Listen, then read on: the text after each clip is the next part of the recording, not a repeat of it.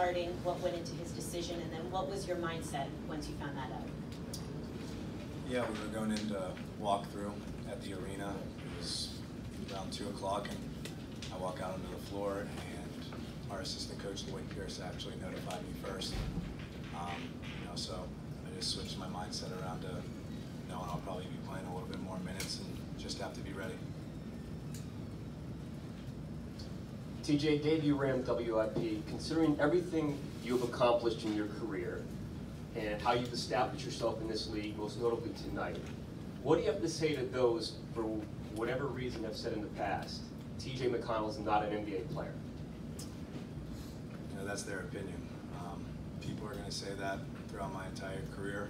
I just have to go out there and play my game and help our team win, and I can't be worried about what other people are saying. Kyle Carlin, 1400 WOND. TJ, when the fans were chanting your name, what did it feel like, considering everything you've gone through? It was a pretty special moment, but I was just trying to do anything I can to get us a win. You know, I think we have the best fans in the NBA, and they've been here through the dark times, and they're certainly have been here on our rise. So I just appreciate them, and I know we all do.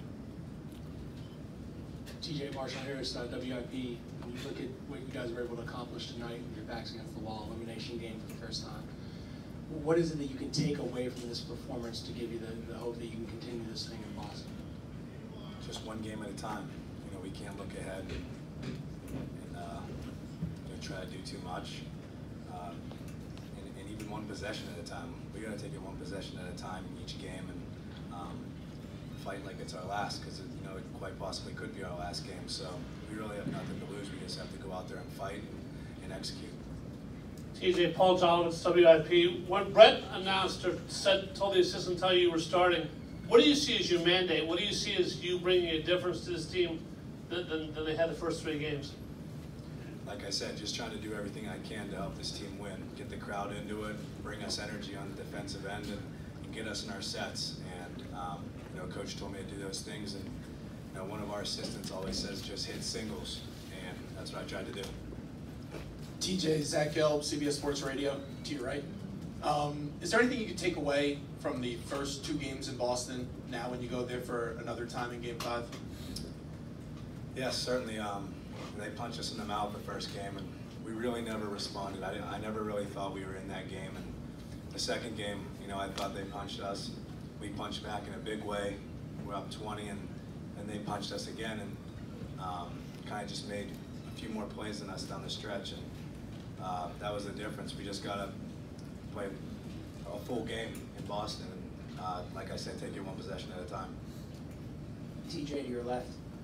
Mike Sealsey from the Inquirer. How much of your role, you know, whatever Brett and the staff want you to do on the floor, comes down to dealing with Rozier and staying in front of him and kind of neutralizing what he was able to do in the first couple games of the series? Yeah, I'm just trying to make him as uncomfortable as possible, picking him up full court and making him work for everything. And you know, he's their engine. Everything goes through him, and he gets them going. So I try to take him out of the play, or just make everything hard as possible. That's all you can really do. Dan Gelston, Associated Press. TJ, you talked about the fans being here for the dark times, but so are you. What's it been like for you as your role has changed, going from a 50-game starter just a couple of years ago to what you've been through this year, especially the end of this regular season? Yeah, I think our league is all about adapting to change. Unless you're a superstar, I think your role is going to change every year. So it's just about getting better at what you think you're not so good at, and doing whatever the coaching staff needs you to do to help those star players get going. Jessica Camarado, NBC Sports Philadelphia. TJ, basketball-wise, what were you doing that was so effective, scoring, rebounding, and with the assists?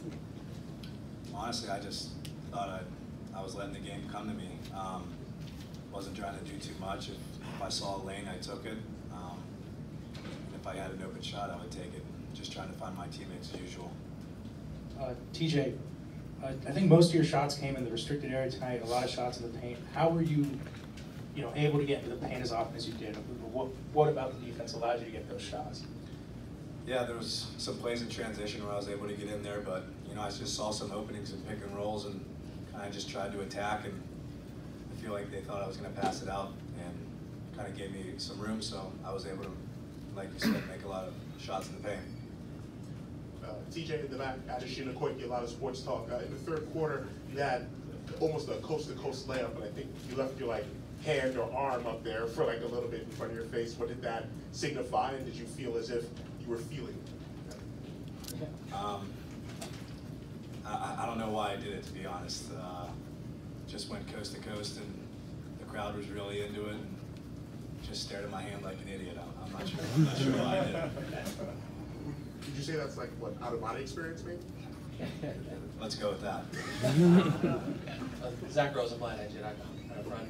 So you and Robert have kind of been through this process together for most of the time, and you took his starting spot tonight, and Coach Brown mentioned how he took it very well. He was very supportive of you. Can you talk about your relationship with him and what that moment was like when he kind of came up to you and was like, all right, let's do this kind of thing? Yeah, I mean, Rob's one of the best dudes I've been around.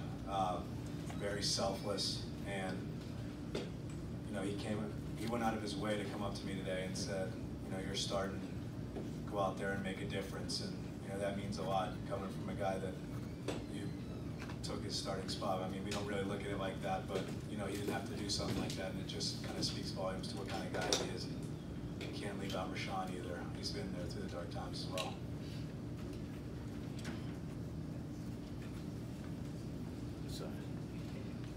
TJ, Bob Schwan, the Citizen. Was this the Sixers team that you guys have been all season?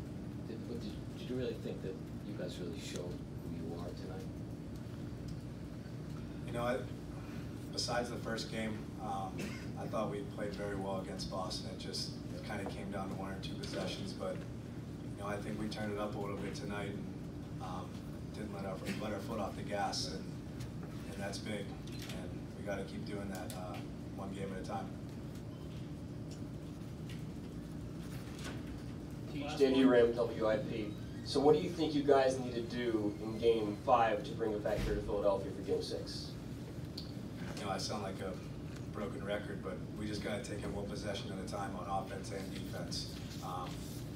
Brad and Stevens runs some great stuff for them, and you know, we can't stop everything, but we have to be 100% locked in on every play and try to take as much away as we can. And you know, when we get in transition, you know, not slow it down. We got to get the ball out, and when we're running, we're at our best. And you know, Boston's #1 defense in the NBA, so you know, we got to execute when they stop us in transition as well.